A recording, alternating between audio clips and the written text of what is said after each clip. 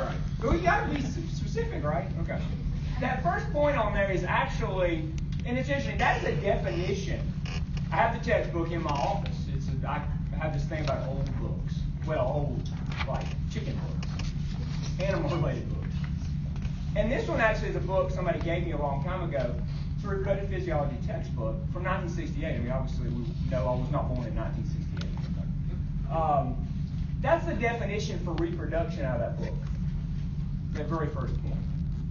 So my question to you is, and I think this is a bit of a rhetorical question, but is that a complete answer or a complete definition for reproduction, what reproduction is? Okay, so let's read. Uniting of nuclear material between cells of different mates. That's weird, just the way it says. But is that a complete definition of reproduction? Uniting of nuclear material, what does that mean? Uniting of nuclear material. Nucleus of this cell, nucleus of this cell combined. What do we call this cell? What do we call this cell? I heard the word. A gamete, right? Haploid number of chromosomes, they combine to make a diploid organism. It multiplies, etc. Right? Okay. Is that part of reproduction? Well, yeah, you got to have that happen, right? Fertilization, all that stuff. Uniting a nuclear material between cells of different mating types of sexes. That just means gametes, males, female, right? So is that a complete definition for reproduction?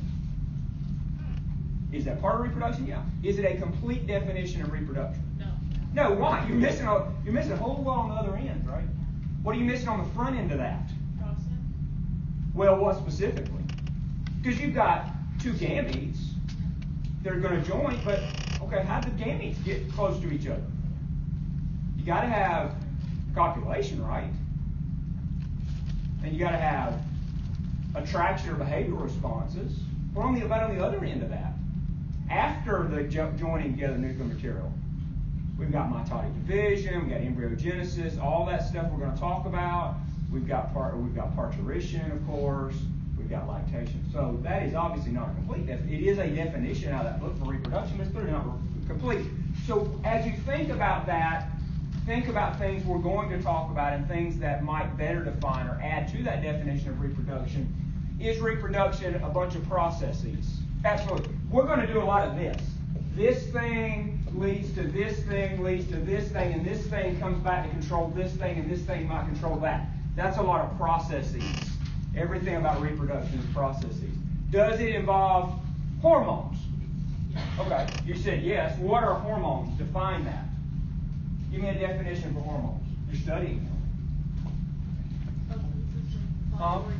Say it louder. Substance produced by glands and other. Okay, they're produced by glands typically, not always, but typically. They are, simply put, they are chemical signal senders. They send signals chemically between two or three things, right? They may send a signal from one spot to the other spot to tell that other thing to do something. I'm simplifying it. We're going to get obviously a lot more specific. Hormones are chemical signal senders. Something makes a hormone, it sends that chemical to somewhere else to cause that somewhere else or something else to do something. Give me some examples of hormones. Progesterone? Yeah, I mean, you got the whole list, right? What are the ones we're most familiar with in reproduction? Estrogen, progesterone, testosterone, those type. We're obviously going to add to that a lot.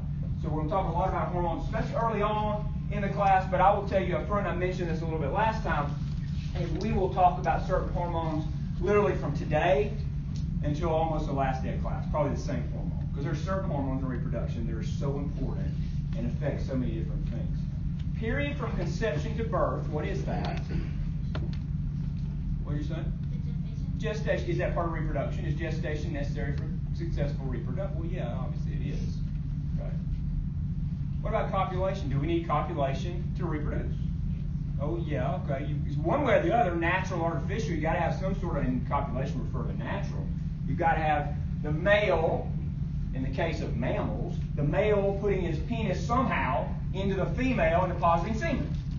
Right? Now, birds do it slightly different. We'll get into that later on. But copulation has to happen. Related to that, what do we have to have in order to achieve successful copulation? Now, you're going to assume the male is fertile. But what do we have to achieve successful copulation? Hint, behavior.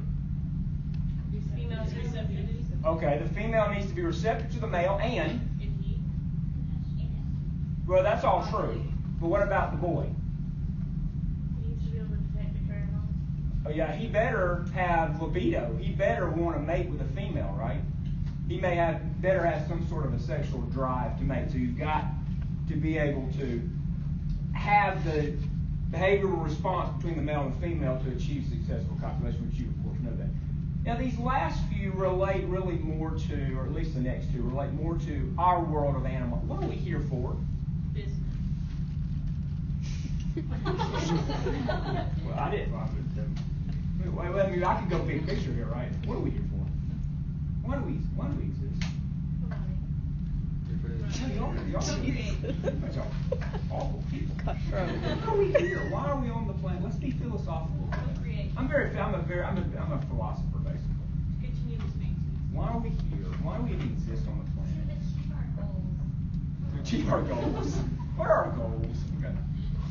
In animal agriculture, what is our reason for existing in animal agriculture? There's really only one. No, beyond that. I mean, you're right. Bigger picture, it certainly is. But if you don't do this thing, you can't do that. What is our one purpose in animal agriculture? You better be making money, right? If I'm raising beef cattle, not as a hobby, but if I'm raising beef cattle for production or dairy cattle or whatever, I better make money, right? Now, I'm feeding the world, and that's a great thing, right? But if I'm not making money, what's going to happen? You can't get paid to eat. I'm going out of business, and I'm not feeding the world anymore, right? So making money is obviously what we're here for in animal agriculture, to make a profit in what we do. So are there things relative to reproduction that fit into that mold? Isn't simply what we do in animal agriculture regenerating things? Isn't that the basis of animal agriculture? Okay, I've got pigs, and I've got a sow farm. Don't we want those sows to reproduce themselves? Yeah. Really? Right? If that sow doesn't reproduce herself or regenerate herself, then that's a strip. But you know what I'm saying. What's happening? If she's not making more babies, then what's happening? You're losing money. I'm not making any money because that's my purpose. Same with beef cattle, dairy cattle, whatever. Okay. So regeneration from the standpoint of generating new animals is important, obviously, for animal agriculture. What about if we step out of the world of animal agriculture into maybe, I don't want to say exotics, but maybe wildlife, maybe endangered species? Is that not what we sometimes do in a zoo setting? Try to regenerate these animals to maintain their population on the planet? Okay. So all that relates. What about management? Now this one I like. Does management, or is management part of reproduction? Yeah. Why? You need to know when your animals are in estrus, when they're ready to mate. Okay. This is an obvious answer. Can poor management affect reproduction? Yes. Give me an example. Or nutrition. You always go to nutrition, right? Because nutrition is so important. Because what we will talk about many times, maybe not directly, but I'm going to say it now, and I certainly probably repeat it. What is not a priority for an animal? What is not a priority for an animal? Reproduction is not a priority. What is the priority? Survival, right? If you are surviving and you are consuming plenty of nutrients, then you reproduce, right?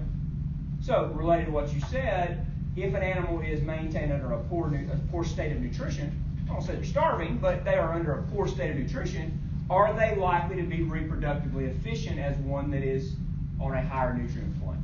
No. It's pretty obvious, right? If you go along, and we see this all over the place, sometimes maybe exaggerated, but if I'm driving along out in the country somewhere and I see some cows over there and they are body condition score 2, beef cattle, body condition score 2, or body condition score 1, but if they're body condition score 1, what are they? Dead. Probably dying or dead. Okay. If you don't know body condition scores, you need to know body condition scores, because what do body condition scores tell us? They tell us the amount of body fat on an animal. And there's some for dairy, there's some for beef. But if I have a body condition score 1 or 2 beef cow, what does that tell me? She's extremely thin. Is she likely to be a very good reproducing female? No. Probably not. Okay. What if, this is on the extreme end, what if she's a body condition score 9? What does a body condition score 9 look like? Extremely fat. Well, is she meeting all of her nutrient requirements for maintenance? Yes. She's surviving? Yes, she's surviving. Then we get into other issues of she's too fat. She's too fat to even ovulate because she has so much fat around her ovaries. Or she has too much fat around her uterus and she has a hard time even having babies. Okay, so that's the extreme end of that. And we'll talk more about the control mechanisms for that a little later on. We talked about behavior. We talked about numbers and making money and reproductive efficiency important for animal agriculture. Some areas that I like to talk about that fall underneath the umbrella of reproductive physiology. Now, we mentioned these terms a little bit last time, or at least one of them. What did we say physiology means, the definition of physiology? Remember, OGY tells you study of, right? What is physiology? Study of the function. Anatomy is the study of the structure. So we always start off anatomy and physiology. We're talking about structure and function, and they obviously relate. So we'll spend a good bit of time talking about anatomy here. Everything we talk about in here will relate to reproductive function or the physiological part of it. Embryology, what is that? Study of embryonic development. Is that part of reproductive physiology? Yeah, we'll talk about that. Genetics, what is that one? It's still study of, but what study of what? Right, so we're very specifically, and y'all, most of you might have taken genetics already with Dr. Carter or biogenetics or both. What do we talk about in that? We're talking a lot about chromosomes and all that. Is that part of reproduction? Sure it is. Right, but we're not going to spend a lot of time. You've got another class for that, but certainly that's part of reproduction.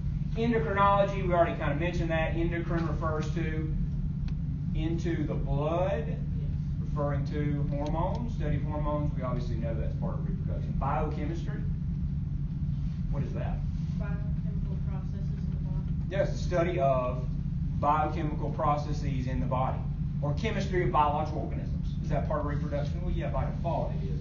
We mentioned nutrition. I'm a nutritionist by training, so I think that's the most important. If we have poor nutrition, can you have successful reproduction? Probably not. Okay. So that would certainly fall under the umbrella there somewhere. Behavior, we mentioned that. Management, we mentioned that. What is pathology? Study of disease or pathogenic organisms. Is that part of reproductive physiology? Yes. How? Sick animals don't reproduce. Right. If we've got, again, what I just say, reproduction is not a priority. If an animal is sick or diseased, what's their priority? Survival, not to reproduce. So the first thing, remember, the first thing that goes is always reproduction. The first thing that goes is always reproduction. And the last one is one that you're like, well, that's kind of funny. Well, that kind of thing's cool. And you're like, well, that doesn't fall. I don't know, does it? Meteorology / climatology, those are two different things. One is the study of weather and one's the study of climate. Are those part, or would you consider those falling under the umbrella of reproductive physiology, and if so, why? Yes, because if they're too hot, they won't reproduce. Okay, so we certainly could have environmental effects and temperature, and we'll mention some of those as we go through. What else? Location. Seasons. Okay, seasonality is a big one, right? We've got certain animals that are seasonal breeders. Let's have a quiz, right? What are our short day in animal agriculture? What are our short day breeders, meaning they are cyclical? Females are cyclical. The males, they can have a seasonal effect too, but the females certainly are. They're seasonal or cyclical during short days, when daylight is short. They are small ruminants, and what else?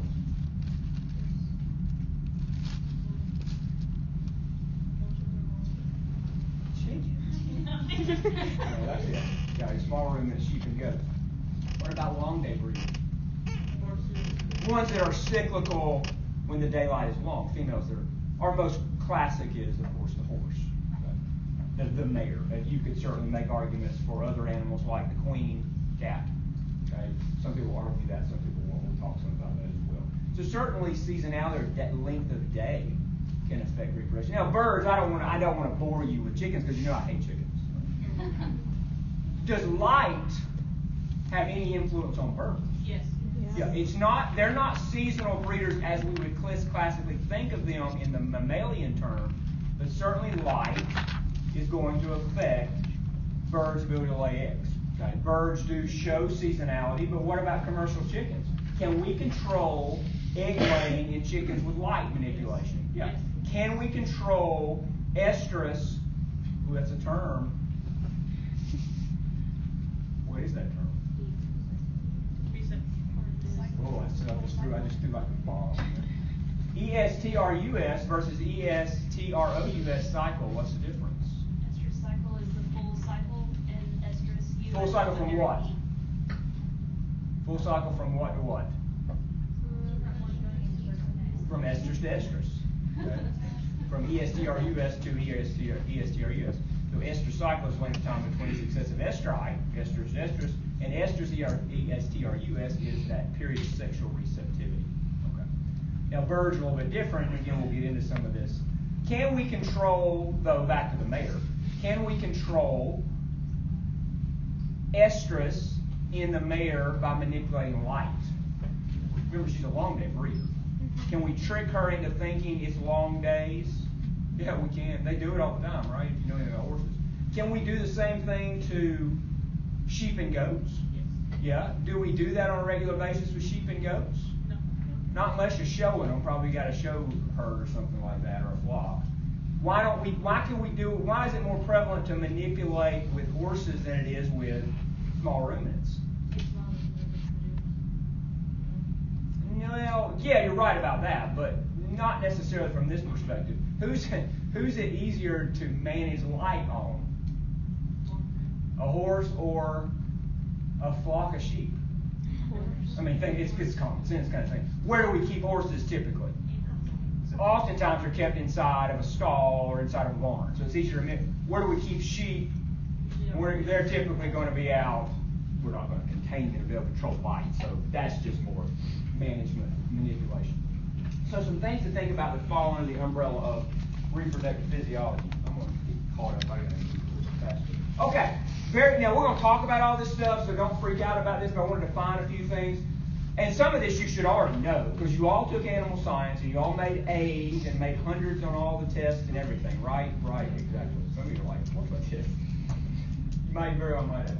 This is stuff you should already really know relative to some things we're going to see that vary among our domestic. Now we're going to focus primarily on domestic species, particularly our food and fiber animals.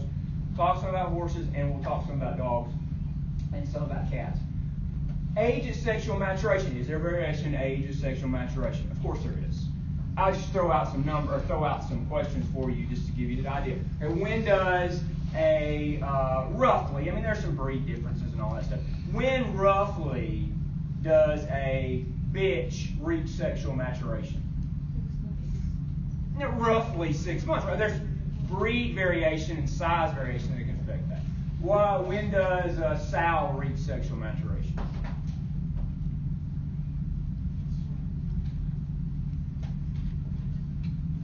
About the same.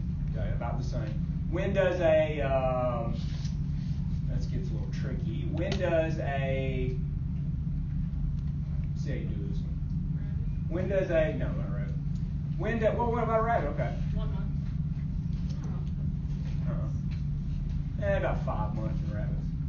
What about, careful now, a heifer? 12, 15. A year. All right, I like his answer. That's a good answer. You got to be careful. 12 to 15 months. He's not incorrect. But what? What's the problem with what I said? She's not mature at that point. I just said heifer. I didn't tell you what genus and species, right? You're like, what are you talking about? What am I talking about? Do we have different genus and species in? Well, yeah. Well, the number he gave me was certainly correct related to Bos taurus. What about Bos indicus? Are they going to mature later or earlier or later? Okay, that may be 15. Some of them later than that. Okay, that becomes an issue with having Bos indicus or Bos indicus influenced animals because they don't reproduce as well. So just an example. Reproductive season, we talked about that seasonality, short day breeders versus long day breeders. Gestation, there's a difference in gestation period? Yes. Well, yeah, duh. What is the gestation period in a chicken? Go. I will sip my coffee while you.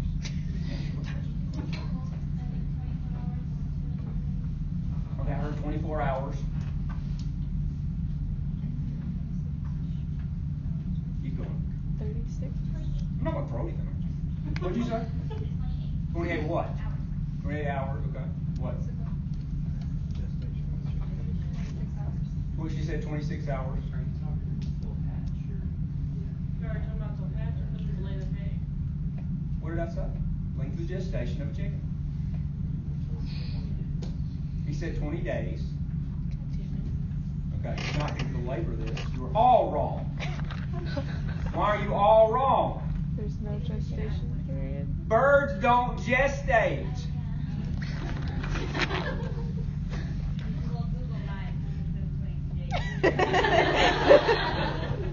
Birds are not mammals. They don't gestate. You incubate. Now, he was known was the most correct. It's about 21 days length of incubation in a chicken. Right? But obviously, we're talking about mammals. That was a trick question, by the way. I have asked that on a test before, though, I think. Anyway, gestation period, though, obviously is going to vary. Just as a, what's the gestation period for? Well, let's have fun. What's the gestation period for a rabbit? 30 days. 30, 31, 32 days. But you should know all of it, right? Okay, sexual cyclicity. We really kind of talk about that. We'll talk more about that. That's how the animal actually, what type of estrus cycle they actually have. Okay. What is placentation? How they form a placenta, right? What's a placenta? It's an organ that is attached from the male to the embryo to pass nutrients from the mother to the baby. Okay, and waste from the... Baby to the maximum. Right, exactly. So the placenta is that thing in mammals that is the attachment structure, if you will. I'm going to use that term loosely, the attachment structure between a fetus and the dam. Now, does every mammal placentate the same way? Well, no, they're quite different, and we'll look at some of that.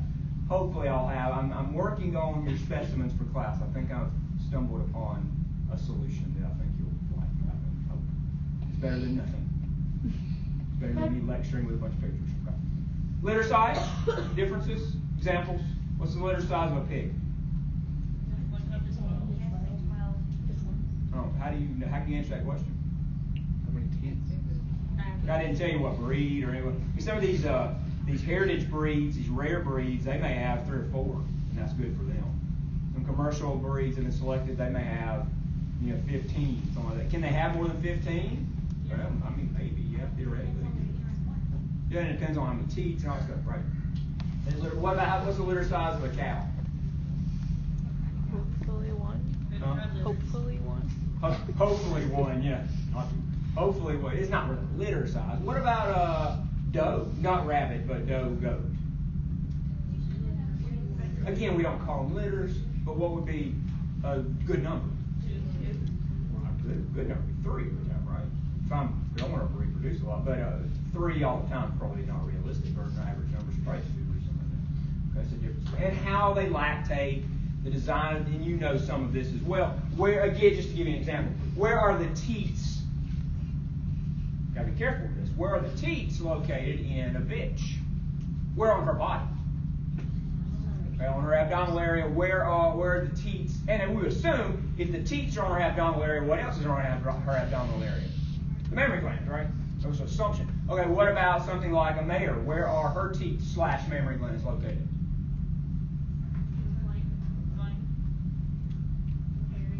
Oh, yeah, in between her back legs. Okay, we'll call it inguinal. This is a trick one. I better be careful. I may get this wrong. These things come to my mind. I say them sometimes. I'm like, maybe. Where are the? Oh, I know this is right. Where are the teats of a killer whale?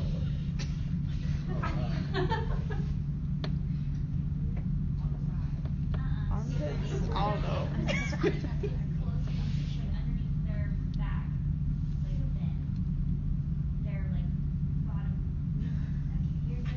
I'm sticking with armpits. Google it for me. Aren't that okay? So I'm thinking of something. Their teats are located right behind their front fin. Yeah. Right back here. Yeah. Am I right? Armpits. I don't know. That's what I said. So I hope so. In the killer whale. I don't know, but that was my guess. No, that's not right. There's a whale that's got this like that. Is it not the killer whale? Yes. I don't think so. All right, dolphins. Is it really small? No, I don't think No, I know I'm right, but I don't. I may not be killer whale.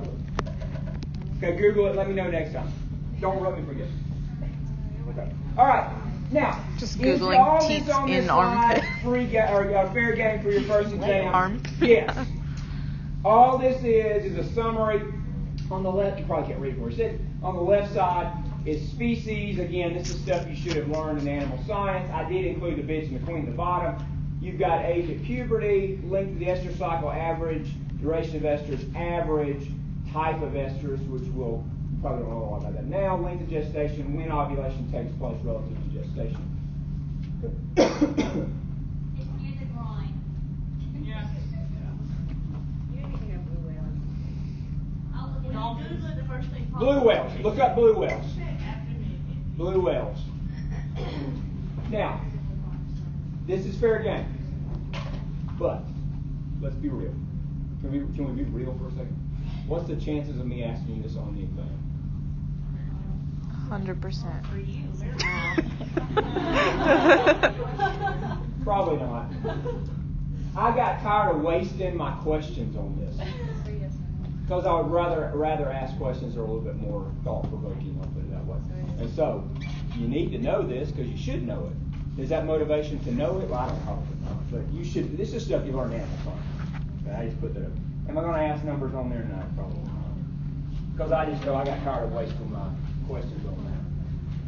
I want to spend more time, though, talking about the more substantive stuff. Today I want to, I better be careful all over. I want to talk about the endocrine system and start on hormones. We're going to start slow. I will get faster, so if I get going too fast and you miss something, slow me down. I don't have a problem with that. We're going to start basic stuff relative to the endocrine system. Then I want to start covering a few of the hypothalamic hormones. These would be some that are on your list. And then that's where we'll stop for today. I don't want to jump in to the hypothalamic hypophyseal portal system today because that tends to take some time and it can be kind of complicated. So let's talk about hormones. Let's define the term first. Hormones are part of the endocrine system. They're endocrine in nature. I love to break words down. What does endocrine mean? Endo means into. Crine refers to blood. When we talk about hormones, we are talking about transportation of these molecules in the blood. They have to get into the blood somehow, because that's how they're going to be transported. So that's why we refer to hormones as endocrine in nature, because we are dumping them ultimately into the blood for their transportation somewhere else. Now, when we think about hormones, again, these are very general terms, but when we think about hormones, we've got to first talk about something secreting them. What do we call the things that secrete hormones?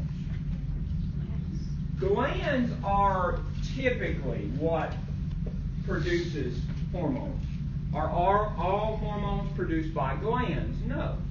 There are certain hormones that are produced by tissue. Your stomach, we won't talk about it because it's not reproductive, but your stomach produces 3 different hormones. Your stomach is not a gland per se, so not all hormones are produced by glands, but the majority of the ones we will talk about are produced by some sort of a glandular structure.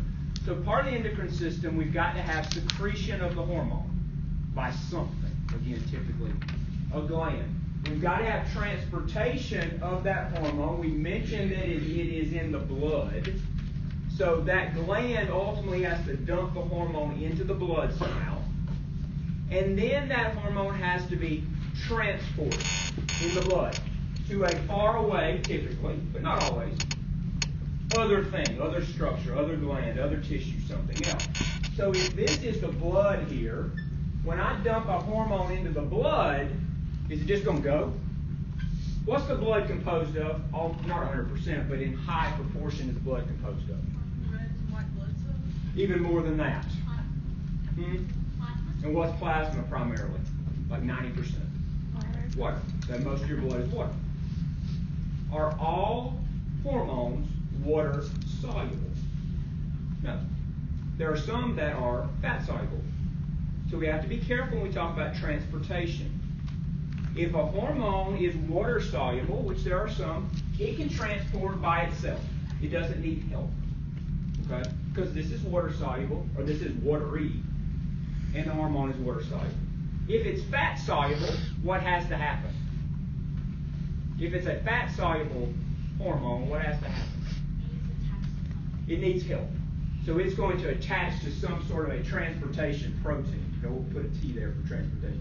So it's going to attach to a transportation protein. It needs that to move along. Okay? Again, we're going to add a lot to this, but just to define, when we talk about transportation, we're talking about movement of hormone in the blood, but there are two general types of hormones. Water soluble, they're easily transported in the blood by themselves. Fat soluble, that need help and need to be attached to some sort of a transportation protein to be able to drag them along. So secretion by something, typically a gland, dumped into the blood, that's the transportation mechanism, to influence some other structure far away. So let me just, again, I'm using general terms for now, and we'll add to this. So if this is our gland, whatever that gland may be, and this is the hormone dumped in the blood, transported, and this is our far off tissue, or whatever other gland, what's the point here? This is producing the hormone dumped in the blood for transportation to do what here? To do what to this? This is the target. What's it going to cause to happen? Signal something to start. Yeah, what could happen? What could happen here? Okay, there's lots of stuff. Could this get bigger in response to that hormone? Can physically the cells get bigger? Yeah, sure. Could this make things itself in response to the hormone? Yeah, that happens as well. So this is the target for that hormone, but this is what the hormone is going to influence, causing it to do something. It may make something, it may cause more storage of something, it may get bigger in response. It just depends on what that target is, but there's an influence component to that. Okay. Now, probably one of the more important things about the endocrine system is the very last point, and that's the feedback mechanism. What does feedback mean? Positive. Yeah, you got positive feedback, you got negative feedback. Stimulatory or inhibitory. Okay, stimulatory or inhibitory. So if I've got this going on, where I got a hormone being dumped here, affecting this, affecting this, affecting this, what if it never shuts off? You got a problem, right? This is going to get you big or whatever, or it's going to produce too much other stuff. So what has to happen? Hormone has to shut. There has to be some sort, and it could be something made by here, it could be something that has to feed back to this to say what? Shut it off. Be quiet. It's time because you have had enough. Okay? That would be what kind of feedback? Negative. What if, though, if this needs more, needs to produce more, or needs to get bigger, or what? Maybe we need to poke this guy here and say, make a little bit more of it. That's an example of positive feedback. Now, again, I'm kind of simplifying that, how it works, and there's lots of different feedback mechanisms we'll talk about. Does that make sense? So that's your four major components of the endocrine system.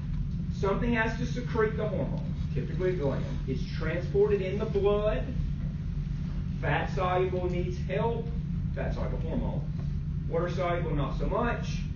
Going to a far away, typically, not always, tissue or some other gland or something, that hormone to influence, to cause it to do something in response to the hormone being there. And to control that, we've got negative feedback to slow it down, or positive feedback to increase it. And we'll talk about, honestly, there are some examples of feedback that are simply there for safety of the animal. Testosterone is a prime example. We'll talk about positive, negative feedback of testosterone in males. If we did not have a feedback mechanism relative to testosterone in the male, what would happen? Yeah, we would there would only be girls in the classroom, because we would all kill each other, or we would kill ourselves, because the testosterone levels have such a behavioral response that if they get out of control, then it's endangering the animal themselves. Okay, so there's certain feedback mechanisms that are important just for animal survivability. So that makes sense. Basic stuff relative to the endocrine system. Okay, this is kind of same deal. I do want to point out one thing on here, particularly that the green words there. And now, in your book, that table, it has a column of biochemical classifications for each of the hormones. I'm not asking you to know that. For instance, I'm not going to ask on the test, what is the biochemical classification of GnRH? Okay, I'm not going to ask that. But I do want you to know there are 5 types of biochemical classification that exist for hormones. I'm not asking you specifically which hormone is which, but the 5 that exist. These are all macromolecules. What does macromolecule mean? Macro, big molecule. Okay, you're familiar with some of these. Proteins are big structures, big molecules. Some hormones are proteins. Some hormones are polypeptides. That's basically an amino acid chain that doesn't have a protein structure. Still a big molecule. Some proteins are some hormones are glycoproteins. What's a glycoprotein? Some sort of carbohydrate unit or sugar unit or something that's attached to that protein. Some hormones are glycoproteins. Some hormones are steroids. Steroids are fat soluble. Okay? So they need help to transport. What are our 3? You should know this one, right? What are our 3 steroid hormones? Androgens? There's only 3. These are the ones you hear about most when we talk about reproduction.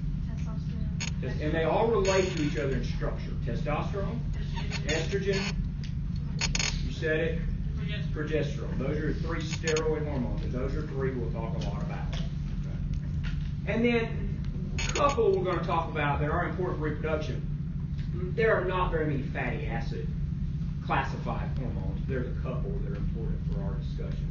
So we'll mention that. So you need to know those 5. Again, don't need to know specific hormones and where they fall biochemically, but you need to know that there are 5 different biochemical classes for hormones that hormones can fall into.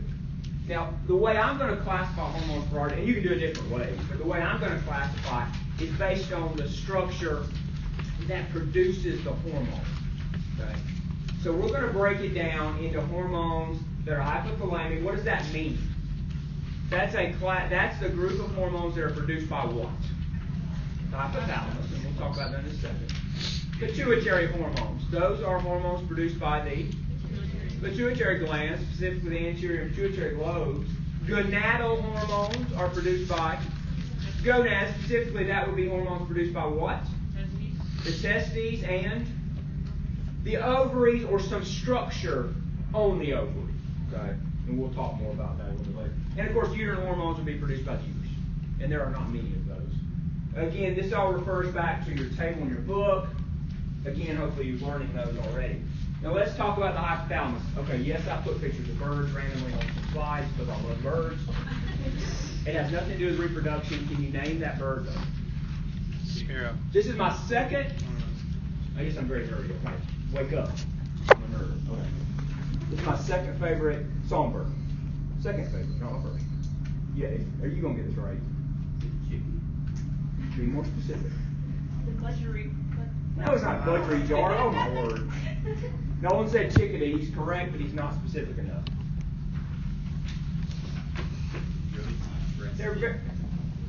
They're very common in Tennessee. They're little. They have a black cap on their head. They have a black cap on their head. Black cap chickadee. Okay? The black cap chickadee. I'm going to turn you on to bird watchers for it. Okay. That has nothing to do with the slide, by the way. I just put it on there for decoration. I got another one coming down. Can't wait. Number 1. All right. The hypothalamus. Okay, so let's talk. Where is the hypothalamus? Careful with this. Where is the hypothalamus located? Where's your hypothalamus? What is in your leg? Your butt? Like somewhere. Like somewhere. She says back here. What about here? Here. Can you touch it? She's touched it here. Okay, I don't want to demonstrate it for you because it's kind of gross. But if you put your finger in your mouth, upside down, as far back as you can go until you're probably going to choke or gag, and you were able to go straight up in the middle of your head would be your hypothalamus. Okay. In us, okay? It's a very similar location to animals as well. So it's kind of in the core, the center of your head, right above a sinus cavity. Right above, and I'll show you the picture in a second. Right above your sinus cavity. Now, we got to be, and very small, but it lies at the base of your brain and kind of hangs off of your brain. Careful. The hypothalamus, we're going to talk about so much in this class. You've got to understand what it is, though. It is the most unique thing we'll talk about because the hypothalamus is neuroendocrine. That's the key. What does that mean? What does neuroendocrine mean to you? When I say neuro, what do you think of? You think of neurons, neural brain, right? When you think of endocrine, what do you think of? Endocrine system, gland. It's a neural gland. It is a gland made up of basically nervous tissue or neural tissue. It's unique in that. It is the go-between your brain and a gland, or your brain and the endocrine system. Does the hypothalamus manufacture hormones? Yes, it's endocrine. Is it composed of modified nerve tissue? Yes, it's neural. So keep that in mind. Who controls the hypothalamus? Who controls it? What controls it? The brain does. Okay? It's under neural control. But yet it is producing a hormone or hormones, and it's going to dump those into the blood. So keep that in mind. The hypothalamus is where it all kind of starts. It's the most important thing we'll talk about relative to the beginning of processes associated with reproductive hormones. And I'll show you an example of that in a second. Now, I want to key in on one thing. Now, this is where people start to get like, whoa, I'm getting loopy on these words.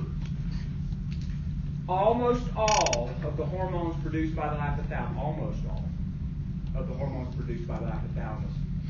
cause release of what's called a tropic hormone from the anterior pituitary gland. Almost all of them cause release of a tropic hormone. Now, tropic refers to turning. That's what that means in Latin, to turn. So if I have a gonadotropic hormone, what's it turning?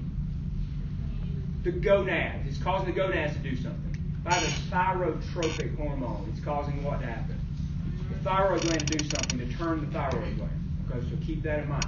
So most of the hypothalamic hormones cause release of these tropic hormones. Release. That's a big word. Release. Release. These are releasing hormones. People have a hard time with this. Most of what is produced by the hypothalamus for our discussion are releasing hormones. They cause release of something from the anterior pituitary gland. Okay? Will you repeat what tropic means? To turn. In Latin, it means to turn. So if you see anything that something tropic, it means that's going to do something. That structure is going to do something in response to that hormone. Thank you. Now, look at anatomy. This is out of your book, by the way. I typically will put your figures on the top of the slides. Maybe it's out of your book. This is a cross section. I need my pointer battery to die, so I'll do it for you next time. Now, if you look at this diagram, I'm going to take this slowly. Don't freak out about surge and tonic center yet. I don't want you to worry about that for right now. We'll get that later. But do you see where you're sitting? The dark green area says surge center.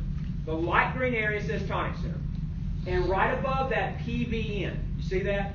Those three areas are part, not all, part of the hypothalamus. Those are the three main areas we're going to talk about in this class. Now, do you see on the back side where it says PVN, you see the back side of that area down here? It's kind of highlighted, nothing, no labeling, just kind of tan colored. That's all hypothalamus too.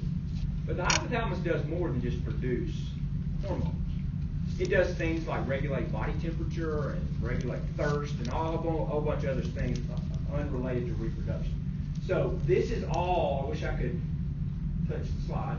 That is all hypothalamus that's outlined there, but the parts that are relative to our importance are the surge center, the tonic center, and the PBN. That OC, not important. That's not part of the hypothalamus. That's just that's called optic chiasma. That's where the optic nerves cross each other. Okay, that's unimportant for our conversation. So surge, tonic, and PBN are the three important reproductive areas of the hypothalamus. Now we'll talk about what those do, especially surge and tonic, a little bit later on. Now, do you see this hanging down thing? What is that hanging down thing? It is hanging. They put that dotted line right the way. It is hanging from the hypothalamus. Literally hanging from it. What is that hanging down thing? It says ALPL. What is that hanging down thing? It's the pituitary gland. Right? That AL refers to what? Anterior lobe. Anterior, where's the head? The face. That way, right? Tail's this way. Anterior lobe of the pituitary gland, AL. Posterior lobe of the pituitary gland, PL. The pituitary gland is unique in that it is divided into two very distinctive anatomic lobes. The one that's most important is the anterior lobe. That's the one that's going to do most of the stuff. Okay. So that's what's hanging from the hypothalamus. Now, and you'll notice, I think this was on your terms list, that bone right there called the sphenoid bone, that forms that cavity to protect that pituitary gland. And that literally, you'll notice the air pockets there, that indicates that's kind of the top of a sinus cavity. Okay, that lightness of those bones there. But that sphenoid bone is surrounding that pterygoid cavity that protects that pituitary gland. But here's the key to this. Why is the pituitary gland hanging from the hypothalamus? Why is it like that? Why is it anatomically like that?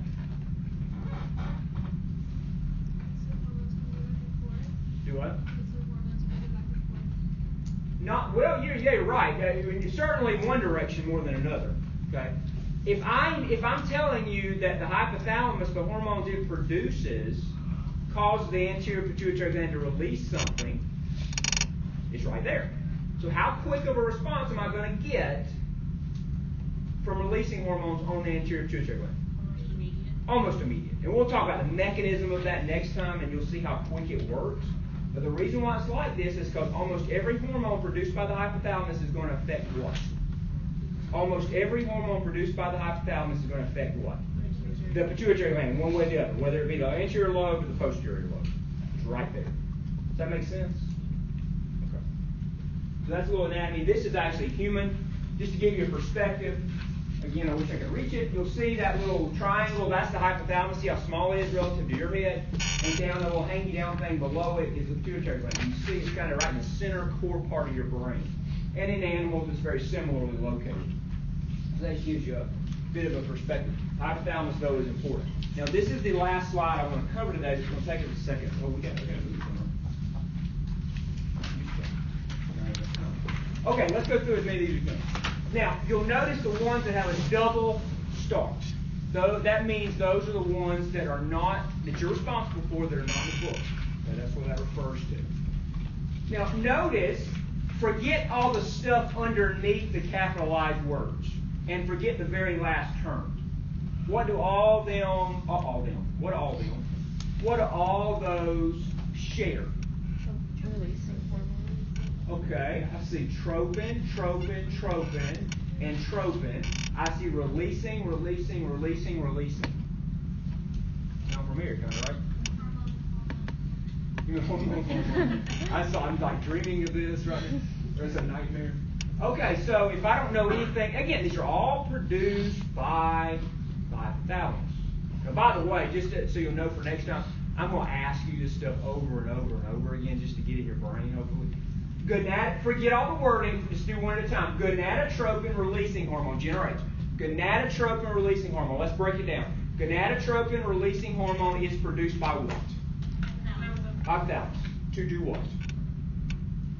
Cause the release of a gonadotropin from the anterior pituitary gland. So if you didn't have anything else and you just had gonadotropin releasing hormone, you would know by its words it is a hormone produced by the hypothalamus to cause the release of a gonadotropin from the anterior pituitary gland. Does that make any sense? These are all causing release of something from the anterior pituitary gland. That's why its name is like it is. GnRH causes the release of FSH and LH. Guess what FSH and LH are? Collectively. They're gonadotropins. Because why? Where do they target? Where does I'm jumping ahead a little bit. But where does FSH and LH target in the male and female? Where does FSH target? Follicle, right? That's on a gonad. Where does LH target? The follicle too, depending. That's on the gonad. Where are the male? Where does it target? Testes, right? So they're targeting the gonad, so that's why those are gonadotropins. So GnRH, again, were produced by the hypothalamus to cause a release of a gonadotropin from the anterior pituitary gland. It's specifically release of, yes, you would need to know specifically, release of FSH and LH from the anterior pituitary gland. So GnRH causes a release of FSH and LH from the anterior pituitary gland. And we're going to take it step by step. Okay, everybody good with GnRH so far? I don't care about decapeptide and all that. Now, these are all, by the way, neurohormones. Why do we call these neurohormones? Because they're produced by the hypothalamus. And what was said by the hypothalamus? It was neuroendocrine in nature. So they're neurohormones. Now, let's do these again. Other than thyrotropin, corticotropin, and GHRH, and somatostatin for that matter, they're all the same in the male and the female. I'll point out one thing that's different though between male and female relative to thyrotropin. But for the almost all of these are going to be similar information, male and female. Thyrotropin releasing hormone, produced by the hypothalamus to cause the release of a thyrotropin from the anterior pituitary gland. Now, thyrotropin would do what? A thyrotropin would do what? Generally speaking. It's going to target the thyroid, right, to cause it to do something. Now, the thyrotropin that we're going to talk about is TSH, thyroid stimulating hormone. Okay?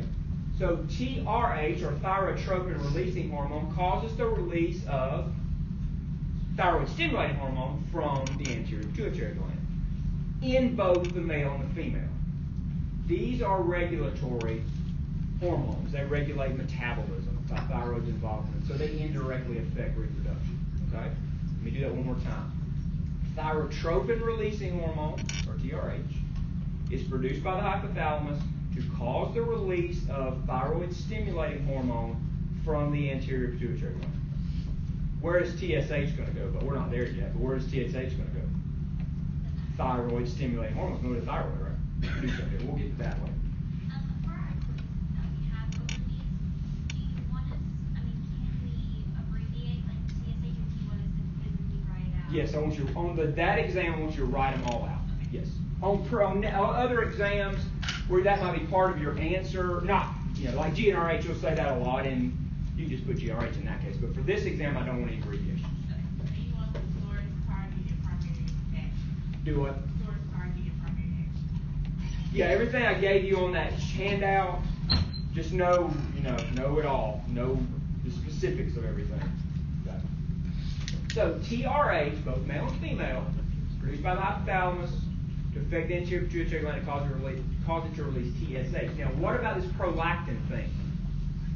Here's the difference, male and female. Okay. TRH, thyrotropin releasing hormone, also causes the release of prolactin. This is a little bit different. Prolactin from the thyroid gland. What does prolactin do? What does prolactin do? It does two things. And who's the primary person that's going to be targeted? Or the primary sex? The female. Okay. Primarily. What does again, we're going to come back to this, but just we'll go ahead and establish it now. What does prolactin do? What does the name imply? Prolactation. Making milk. Manufacturing milk. And it also has an effect on the brain in the female. What does it do to her when it affects her brain? It's not oxytocin. It causes maternal behavior. Okay. Prolactin causes milk synthesis, and it also causes maternal behavior. Now, can we have prolactin affecting a male? It's not common in mammals. It's not common in mammals, It's more common in birds. It's more common in other non-avian, non-mammalians. But it's not common in mammals. Not at least naturally. If we were to expose males to a lot of prolactin, what would happen? They would not make milk, but what would they do? They would show maternal instinct to a certain extent. Do we see maternal instinct in birds from time to time? In the male? Yeah. That's just a little different. Do we see maternal instincts in things like, oh, I don't know, the best example in my mind is seahorses, where the male's doing everything, right? So we can see that effect. It's not common in mammals. But that's the biggest difference, male versus female, is the fact that TRH causes the production of prolactin from the anterior pituitary gland. Okay? And that's a little bit different. That's going to affect female and not so much the male in that case. So let's go ahead and, I don't want to rush it. We're out of time anyway. So aren't we out of time? 4 or 5? Yeah. So we'll just pick back up. We'll review a little bit next time. I don't want to rush through these things. So continue to study. And again, I will get these exams ready as quick as I can. And otherwise, I will see you on Thursday. Anybody have any questions? I didn't ask that, but okay. I will see you on Thursday.